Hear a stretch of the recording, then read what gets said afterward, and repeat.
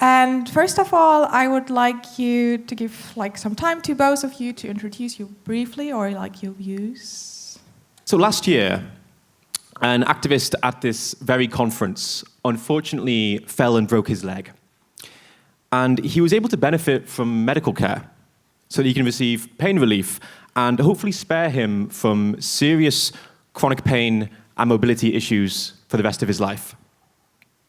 Now, if he would have broken his leg in the Middle Ages, he wouldn't be walking around like he is today. That's progress. Malaria is a natural disease that has existed for at least tens of thousands of years.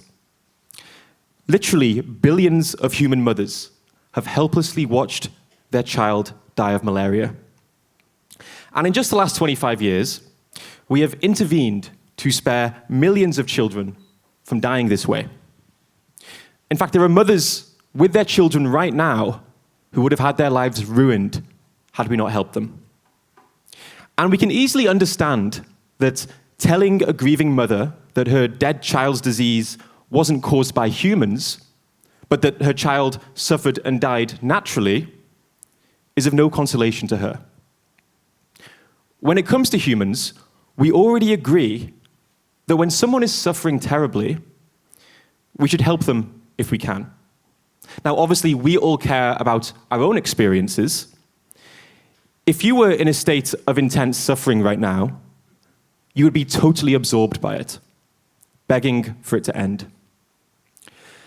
But it is not just humans who care about their experiences. And unfortunately, there are many unpleasant experiences being had by wild animals right now.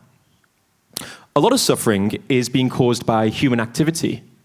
Did you know that millions of birds every year fly into the windows of buildings because they can't see the glass? They will, in some cases, seriously damage their neck, land on the floor, and for an unfortunate few, lie there for days suffering before they die. There's been calls to develop more bird-friendly glass so that they can avoid that fate. But animals, just like humans, also suffer from non-anthropogenic harms. Now, we may have a tendency to idealize nature and the lives of wild animals, but actually they have to deal with things like starvation, untreated disease, parasites, harsh weather conditions, wildfires and droughts, and what happens when a wild animal falls and breaks their leg. We may have an intuition to say that we should ignore the harms that humans categorize as natural, even though we would never do that to a human mother whose child has malaria. But it's not just humans who suffer from terrible diseases. The New World screwworm is a parasitic fly that lays its eggs into the open wounds of warm-blooded animals, like birds and mammals. And it's called a screwworm because the larvae are screw-shaped, and they drill down into living flesh, devouring it. And we know this is unbelievably painful to experience because humans are warm-blooded animals who become infected. And when a human is infected with this, apparently the standard procedure is to give them morphine immediately so that a surgeon can just cut the things out of them right away, because it's that painful. Some estimates suggest that up to 1 billion wild animals are dying this way every year. And we already know that we can potentially eradicate it from many ecosystems without disastrous effects, because we've already eradicated it from the entirety of North America. You have a minute left. Okay, I'll speedrun it. The interests of the animals themselves are so neglected that we are only just beginning to think about this, to explore what we might be able to do to help those in need. Welfare biology is the academic research field that explores the lives of wild animals and how we might be able to help them. And because we've never seriously explored this before, who knows what opportunities we might find. I think this conversation is incredibly important because most of the sentient beings on Earth are wild animals. And while there is a lot of uncertainty about the kinds of experiences they are having, I think without doubt there is unfortunately a lot of awful suffering out there. Things that would make us weep if they were happening to an animal we knew and loved. I don't believe the current state of the natural world is the best possible one for the beings who inhabit it. I believe we can, and eventually will, make the world a better place to live. Thank you for your introduction, Jack. I'm giving to Martin for a short introduction from your side. Yeah, this question is very, very dear to my heart. I have started a foundation that has the sole aim of gathering money and buy land to make it wild and not invadable by humans, so that wild animals can live there as they like, in their own autonomous ways. Actually, I've always understood the phrase animal liberation for non-human animals to be liberated from human domination. Because even the most benevolent domination is a domination. It takes your autonomy away, and that is the decisive factor that at least I have been active for in animal rights, to make it possible that creatures decide on their own how they live and that not somebody else is deciding for them. Also, if I listen to Jack, then I get the impression, and maybe some of you have got that too, that living in the wild is totally awful. Generally, all the time there's something dreadful happening, and you would, every creature that is there wishes nothing more than be amongst humans in civilization. And nothing could be further from the truth. I'm myself, since 45 years, about 100 days per year in the wild, and I've seen a lot of animals, and basically always they are happy. And I think the state of being happy in the wild is the most pleasurable experience that I have ever had. This freedom, this autonomy, there's no police looking for you, there's nobody chasing after you, there's no rules to obey, you can just be as you are. And if you are capable of dealing with the wild, then it makes you really happy. And therefore I conclude that most wild animals are most of the time happy, in contrast to farmed animals. Most farmed animals are most of the time unhappy. The reason can be easily explained. Evolution makes wild animals adapt to their environment. If they don't, then they don't have offspring, or not enough as others have. So happiness is furthering procreation. So those that can deal with the environment are happy in their environment if this is a stable situation and not some climate change. With farmed animals, the opposite. Farmed animals have never been evolutionarily adapted to these mistreatments we put them under, and therefore they're always unhappy. There's a torturous life from the very first minute to the end. But if this happiness is not my primary argument for leaving animals in their autonomy and not intervening, I give you one example. I myself went into Siberia to walk there alone in the wild and have no telephone with me, no human possibility to help me, and I chose that. I wanted to be free, away from society, and taking into account that means if I break my leg, I'm gone. If I starve, I've starved. If an avalanche gets me, an avalanche gets me, and if a leopard or a bear eats me, then so be it. This is the deal. The deal is I'm free, but I'm taking into account the risk that I am not being helped. I call this the wilderness contract, which is obviously not literally meant. I've not signed the contract, but it is following Jean-Jacques Rousseau's idea of a societal contract, where you have the contract that you follow the rules of society and society helps you. And I say the wilderness contract is that you have no rules, you're free out there, but nobody helps you if it comes to it. And say a leopard or a bear is eating me now, is that immoral or is that ethically a problem? I would say no, this is not an ethical problem. This is the risk I took, and that was my decision. And now the primary or the only question that I find important in that context is the feeling or the wish of a wild animal closer to mine, wanting this wilderness contract, wanting to be free and autonomous, but taking the risk of not being helped, Or do they want to be under human domination, taking human rules, being possibly within a fenced area, being fed, being helped medically, and being whatever looked after? Please come slowly to an end. Yes, I am at the end. So this is the primary question. Are wild animals more like me with this attitude, or like people who want to live within society and subject to those rules there? And I believe the wild animals want to be free and want to take that risk. Thank you, Martin, for your introduction.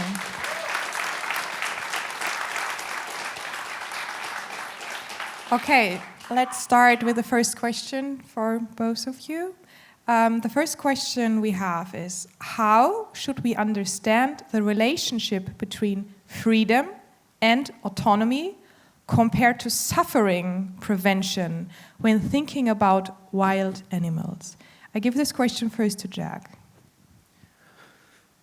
Please I think hold it so short so we can answer. We have limited time. I think that it can sound intuitive when Martin says that we shouldn't help wild animals because that would be infringing upon their autonomy or their freedom.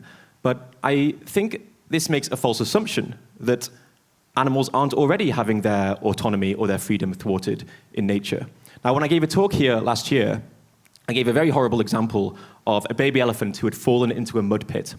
And her body was literally confined. She was immobilized, unable to move. Some hyenas came and found her and stood at the edge of the mud pit and slowly began to eat her alive, starting from the end of the trunk. 2 hours later, she was still screaming, even when there was no skin left on her face. Now, you cannot tell me that that baby elephant was exercising their freedom or their autonomy. It seems to me that you have a very human-centric perspective on what autonomy is. Animals don't just exist in relation to us, but they are individuals who are having experiences as real as yours and mine.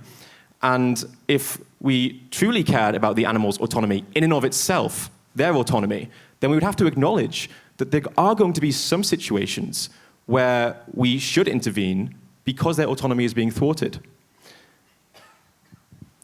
Martin? I think it's a mistake to believe that suffering is a bad per se. This is just an absolute value, because absolute values don't exist. Values come into being by beings, conscious beings, who value something good or bad. And if a being is suffering, that is maybe a first good guess what they want, namely the suffering to end. But in that context, the decision to be free and take the risk to suffer is superseding this situation with the suffering, because you have chosen this autonomous life. And this is why autonomy is also the primary concern of my animal rights activism, because the animal themselves know best what they want, and so leave them to decide what they want is eventually what's my goal, so that not humans decide or nobody else, no benevolent dictator, but that they or each creature themselves can decide what they want to do or what they don't want to do. If I take the risk and go to Siberia, as I did, and if a leopard is eating me, yes, I would suffer, yes, I would scream, yes, I wouldn't want that situation. But my autonomy was the decision to expose myself to that risk. And I believe wild animals do make the same decision. They want to be free, even if that is that risk. And the concept that this is an ethical problem, I find strange if I compare it with an avalanche. Like there is a walk in the mountains, like I always do, and an avalanche gets me, which did already. And then I am underneath the snow, and then I suffer and die. Would you say this is an ethical problem? So the world is worse off or worse if I die in an avalanche? This is a strange way of looking at this. This is my autonomy, my decision, and this is the consequences I bear. So it's nobody else's business. Can I? Yeah, a short answer to that. Yeah, so I think that if some human like yourself decides to go to where there's an avalanche and unfortunately they're collapsed through an avalanche, I think that we should send out emergency teams to help them. I think their experiences do matter, and if we can help them, we should. But I do want to point out the distinction between like a human being who's having a nice life, who chooses to go on a recreational activity where they're consenting, that there may be some unpleasant experiences if they like go on a hike or something. Non-human animals are going through many experiences that they're just not consenting to. A non-human animal doesn't consent to starving to death. They don't consent to burning alive in a wildfire. In fact, they actively try to avoid these things. Yeah, sure, they try to avoid these things. I try to avoid an avalanche as well, but I mean, the situation is that I go in the wild and do this. Now, you say I can do this because I have signed the social contract anyway, so there will be emergency teams running after me. But the wild animal has the advantage that there is no societal contract that they have signed in advance. They have the freedom and the ability to live out there, and so we should respect their choice. If they don't want to do it, if they don't want to be free and wild, then they can approach humans like some wild animals have done or keep doing. So this is their decision. If I was a few times in fur farms, if you open the cage, inside this animal is being well fed and whatever, there's no predator coming. Well, if you open the cage, they run out, gone they are, into the wild and take up the challenges, take up the risk. And if this animal then succumbs to something, then this was her or his choice. This is her autonomy to run out of the cage, and I respect that. I think our second question is like connecting here very well. Yeah, I think we already addressed it to some extent, but do you think wild animals want freedom even at the cost of suffering? And more importantly also, how could we ever know what they actually want? Would you like to start, Martin? Yes, how do we know what animals want? I think one can ask them in some way or other. Firstly, one can look at their physical communication ways. You can get to know them and see what they're doing from a distance, or maybe even befriend them. There's a number of scientists who have befriended wild animals. And you can open the cage and see what they do and how they decide to go about being under human control or facing the challenge of the wild. And in my experience, they always chose autonomy and the wild. Some might not. There are cases where wild animals actually seeked out the proximity of humans and started to live with them. But generally, if they don't, and if you observe them and they're very happy out there and they have completely under control their environment, and as I said again, or I will say again, this is the greatest happiness we can possibly feel, to be out in the wild and being capable to deal with all this, then I conclude that happiness is something that they love, and so they want to be there and want to face that challenge. And yeah, if it happens to be that there is something happening to them, this is part of the deal, and this is the risk they take. And I conjecture they take it voluntarily and willingly. Yeah, I think that working out the preferences of non-human animals is like a difficult and complicated question. We can't ask them in the same way that we can ask adult humans. But I think that some things, like I said, are very intuitive. If I put food down and the animal eats it, I think the animal is expressing a desire to eat the food. If the animal is burning alive in a wildfire and they try to escape the flames, I think that is expressing a preference that they don't like their experience and they want to get out of the flames. But I also think it's important not to rely too much on our anecdotal experiences. Maybe I look at an animal in the Antarctic and I'm like, oh my gosh, that must be terrible. Well, maybe it's not for them. And likewise with Martin, at Martin's talk last year, he gave the example of tadpoles. He said he saw many tadpoles swimming around in a pool, and he said they looked to him to be very happy. And that supports his overall conclusion that most wild animals are happy most of the time. But what does a happy tadpole look like? And what about a starving tadpole? I think it's really important that we don't rely too much on our anecdotal evidence of how we feel when we see an animal, but instead, encourage academic research to explore this question properly. What kinds of experiences are wild animals having? This is so neglected. And what are their interests? I think that it's important that we at least encourage an academic research field that explores the interests of the animals themselves rather than projecting what we think they might be experiencing. You want Can I to say something? very short, yes.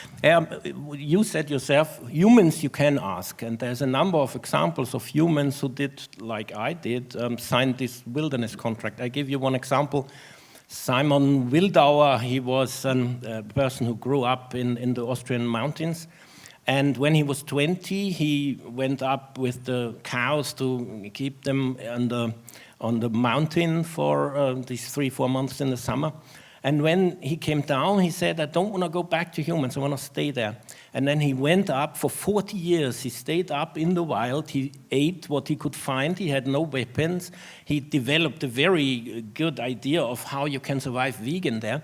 Surely he was ill. He was in an avalanche as well once. He never called for help. His decision was, I go up there, I take the risk. What happened to him? After 40 years, he developed cancer. He didn't realize until it was too late. He was then found by hunters. He was brought into the city for hospital treatment. He fled out back into the wild, even though he was ill. He couldn't get far. They brought him back, so he killed himself. Rather be dead than live amongst humans. This is a decision that this human took. He wanted to live wild.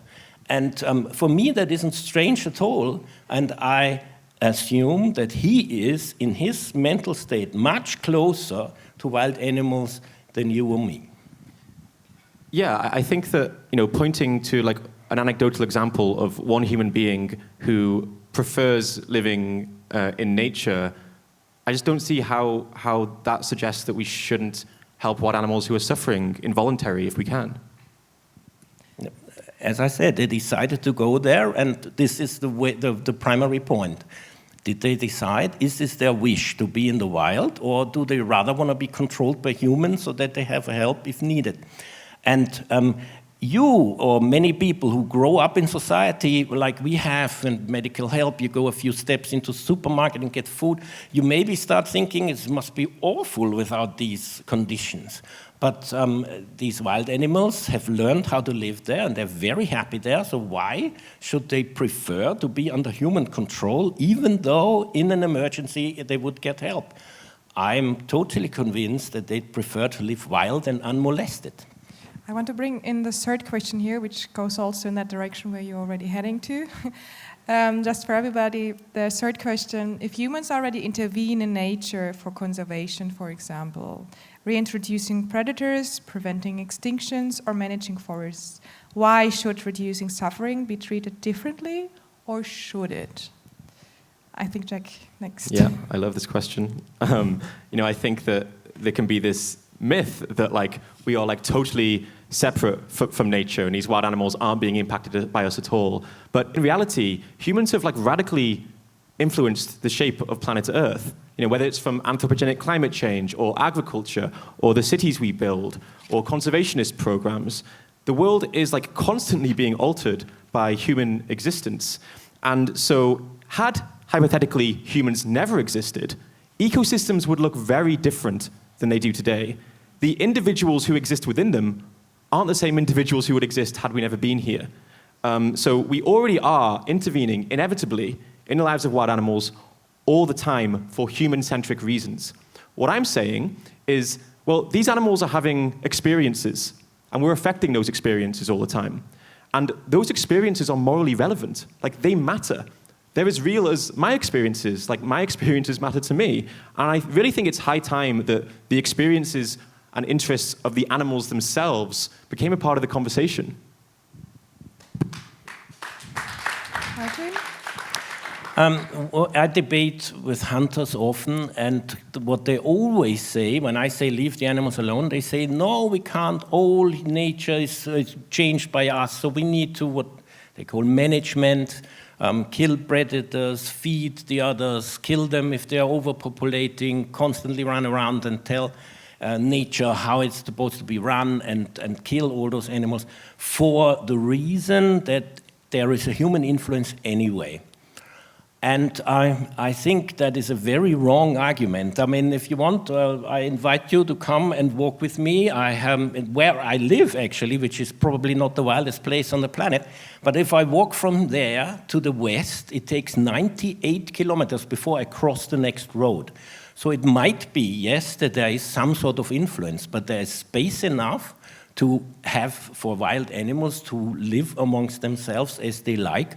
And this bit of influence that was already can be slowly faded out and eventually left to them. The IUCN, which is why we called ourselves like that yesterday in the quiz, is the International Union for the Conservation of Nature, and they have set up numbers of protection status, and 1A and 1B is the wilderness area, where no human goes in, no human can intervene, no forestry, no hunting, no tourism, no agriculture. There is left for the wild animals themselves. That exists, such a wilderness area exists right where I live. There's a 1,400 square kilometers large wilderness area, which is quite a bit, and we can do that. And they can live amongst them. And if I walk there, I walk for a week without seeing any human. That is possible in Central Europe, and this is wild enough for me to say, leave them be, let them organize themselves, see how that goes, if that's possible, and let it establish its own ecosystem after our interventions stop. We have all the questions done, so we would switch to the QA from the audience. We are getting the micro down to you, so she will come to you. Please, if you have a specific question to one of Jack or Martin, just mention their names so we can address them directly to them.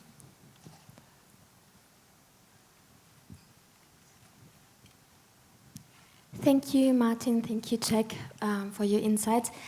I have a statement, if it's allowed, and also a question. So I'll start with the statement, and then we'll go into the question.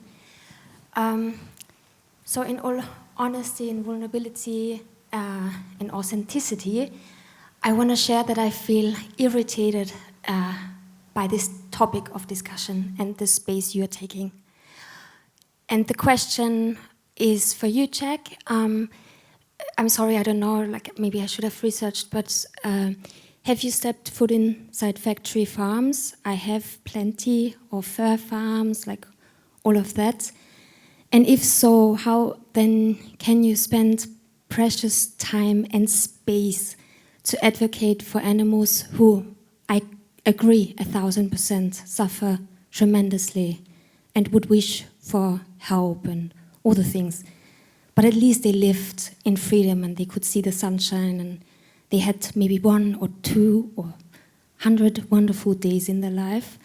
And then the farmed animals who I know loads of you have borne witness to suffer every day tremendously. So how dare you, in a loving, respectful way, and I'm speaking to you and the movement, that is somewhat new to me because maybe I'm a bit arrogant and haven't looked into it. But how dare you take time to discuss them? I really can't take it. And please excuse my emotions, but they are so heavy on me. And this is more than a question and also the statement, so please excuse. But I had to say it out loud. And I'm happy for anyone who feels differently to come to me and teach me and tell me how to look at it differently. But I have a huge worry that you and the movement of people who advocate for wild animal suffering just want to fill up a niche and be important and heard because already so many people talk about this, so what else can we talk about? Okay, then that. It really irritates me and it frightens me, but I'm happy to learn and I'm not at the end of this. I'm not convinced necessarily either way, but really irritated and saddened. But yeah, thank you anyways for what you do and also for your bravery to stand on stage and speak up for what you believe in. That's always amazing, so thank you. Yeah, thank you. I appreciate your concerns. To answer your first question, yes, I have been into a factory farm. I'm dedicating a large proportion of my life to trying to end factory farming. In fact, at 8:30 p.m. tonight, you can watch a feature film that I have made that focuses solely on the suffering of farmed animals. I think that the focus of the animal movement should be on factory farming and slaughterhouses. I think that seems far more tractable I think it's hard to envisage a world where we're taking the interests of wild animals seriously in a world that's also accepting of us just torturing animals en masse in these factory farms and slaughterhouses. But I still think it's important to at least be aware of the perspective of the individual wild animals. Because this isn't just a question of whether we should make things better. It's also a question of trying not to make things worse. And I think there's many ways in which we could make things much worse if this continues to be a blind spot. For instance, there's a conversation of what's going to happen to all the land if we were to abolish factory farms. And one of the possibilities right now is that we would rewild that. And I think if we're going to rewild a piece of land, if we're going to cause lots of conscious experience to come into existence, then I think that experience matters morally and should be a crucial consideration when planning such interventions. If you were to allow me to get a little bit sci-fi nerdy, I mean, it's also plausible that we could spread ecosystems to other planets as well without even questioning whether that is an ethical issue. I think in your statement/question, you do seem to assume a lot of things about wild animals, things that we don't know. When you say that most wild animals are living lots of good lives and maybe having one or two bad days, I mean, all animals exist on a reproductive strategy of having lots of offspring, fish and some species of turtles that can have 2,000 babies during their lifetime, compared to humans who have a small number of offspring but invest lots of parental resources. The vast majority of animals exist on the side of the spectrum where they have lots and lots of babies. But in a stable population, only 2 of those babies will survive to adulthood and reproduce themselves. And so you get to this kind of sad conclusion that the vast majority of wild animals are actually dying shortly after being born. Now, I should emphasize here that there's a hell of a lot of uncertainty. I don't know the kinds of experiences wild animals are having. It needs to be researched. But I think that it's really plausible that we might win this fight against factory farms and slaughterhouses. And when that time comes, I think it's really important that the animal movement doesn't think its work is done. Because the vast majority of sentient beings on this planet are not farmed animals.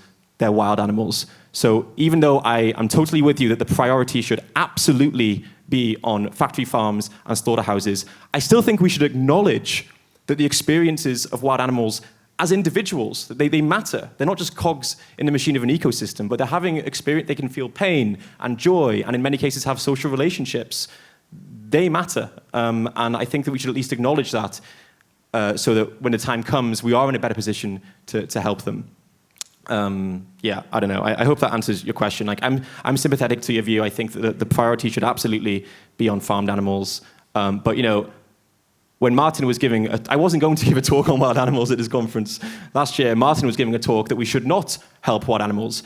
And you can best believe that if someone's going to be here arguing that wild animal suffering doesn't matter, that these individuals, their experiences don't matter and we should leave them to suffer, then I'm going to be here saying that we should indeed be helping them. 1 or 2 sentences, since we have quite a couple of questions. Very brief. It triggers me or disturbs me greatly if you say that an area that the human doesn't need to use anymore should not be left to the wild and be rewilded, or that there is a possibility for wild animals to start. As I said, I started this foundation that does exactly that. Gather money, buy land, especially used land or forests, and then get it into an area where wild animals can live autonomously and the ecosystem can develop as it wants to develop. And that, for me, is the future. That's the ideal form of animal liberation. That is what I'm aiming for, that animals have that space and that possibility. This is my ideal world. The next question, please. Thank you. 2 brief questions to Martin. You had this claim that animals or wild animals usually don't want human help. And your example was an animal that is in a cage, a human cage, which is then left open and then the animal runs away and never comes back. Maybe, I don't know, it sounds to me like you take an example of a heavily traumatized wild animal, because this is very, as you would say, unnatural, so that the animal is traumatized and then it runs away. So maybe are there any other examples where wild animals would refuse help by humans? And the second question is, you have this example that you go away from human society and you don't want any help from humans. But if you compare this to wild animals, or many wild animal species live in a wild animal society, so a society of their species, and they usually help each other. And they don't go away and want to spend time without the society, or some animals do. But wouldn't a wild animal want that relatives of this wild animal help him in such a situation where it's suffering? And what is yours? I would say maybe a special example from your experience. Why do you say that you really value this for you, for yourself, that nobody will come and help you? Why is this a good thing for you, that no human, no wild animal will come and help you to prevent your suffering? And why should wild animals say the same, that they want to refuse any help from humans or from other wild animals? I don't know. Thank you. So these two questions. The one is that I gave the example of these fleeing fur animals because I've seen it thousands of times. And but I have also seen free-range cows trample the fence and then go off into the mountains and disappear for weeks and weeks until some hunter thinks that they can't survive the winter and shoots them.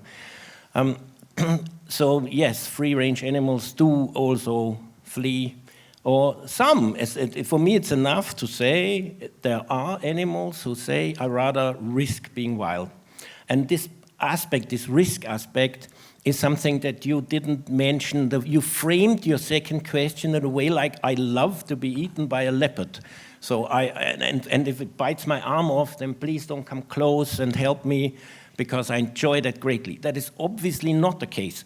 What I enjoy is the freedom out there, the freedom. And if you have ever spoken to people who go in the wild, you will say this is what they say: free at last, free at last. All this pressure on top of you by society, rules, police, and all gone. I'm free at last. This feeling of freedom is what you trade in against the risk of having to suffer.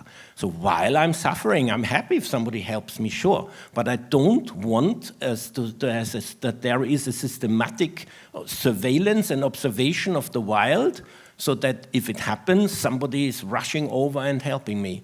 Because this surveillance would completely contradict my feelings of freedom.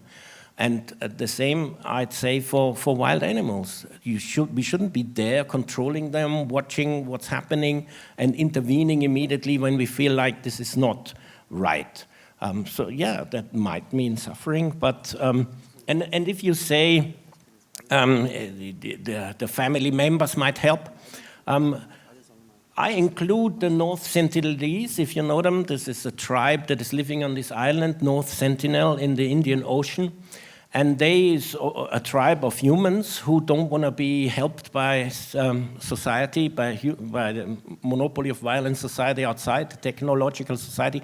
They had a tsunami, and the outside society came with a helicopter, and their reaction was shooting arrows at them to drive them away. Leave us alone. We want to be amongst ourselves. Surely they will help each other. But they don't want a technological superpower society to intervene in their lives.